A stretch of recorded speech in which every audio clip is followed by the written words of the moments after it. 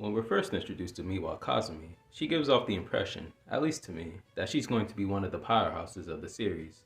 With one of the best outfits in the whole series, I mean come on, you can never really go wrong with a suit outfit in anime. Along with the fact that she is introduced standing 10 toes down next to Gramps the principal, looking as though she's going to be set up to be one of the deadliest personal bodyguards in JJK.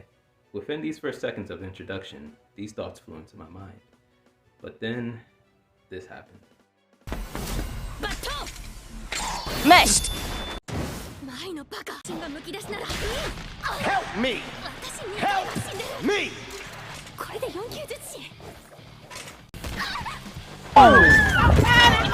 He needs some milk! So this is what this character amounts to. A useless suit-wearing girl whose only successful thing they've done is get a good day's sleep. That's pretty much what she does the entirety of Season 1, with no redeeming skill feats being shown for the rest of the chapters, all the way to the current point in the story. All this and yet, I've never given up hope for Miwa. At first, yeah, it was looking rough for her, but after some further research and thinking, I believe Miwa still has the potential to be side by side in terms of skill sets, with the likes of special grade users such as Yuta and Geto, and here's why. Later on in the story, we are introduced to a man named Atsuya Kusakabe. Kusakabe is literally the male version of Miwa. They both use a sword, both wear a suit, and both use the same technique. Don't quote me, but I believe someone in JJK even made the comparison between the two, and suggested Miwa should even train with him. Anyway, with these two being so similar, with really the only difference is their gender, it would make sense if Miwa reaches his or even surpasses him, given the fact that if the students wish to help with the battle against Sukuna and Kenjaku, some of them need a major power-up. Now, how strong is Kusakabe anyway?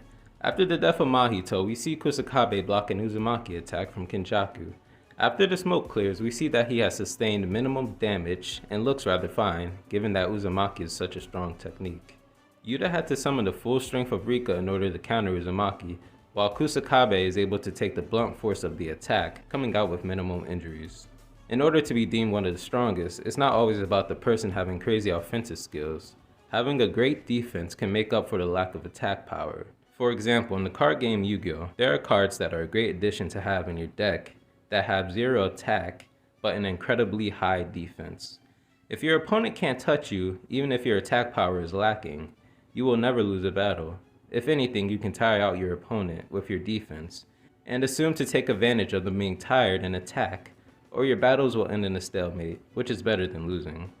A strong defense is especially needed in team battles, as you can defend against attacks while your teammates are on the offensive.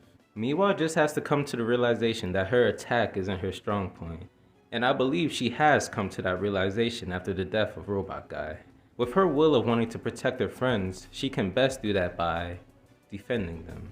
Level up her defense so that no attack in her presence will be able to attack her friends. With the fight against Gojo and Sukuna wrapping up, we are still left with Kenjaku to deal with. Due to Kusakabe being able to defend against one of Kenjaku's stronger techniques, if Miwa surpasses him in his defense abilities, she will make a great addition to the inevitable battle against Kenjaku with her fellow classmates, protecting them from attacks so that they can focus on taking the offensive in order to stop Kenjaku and finally end the Culling Games.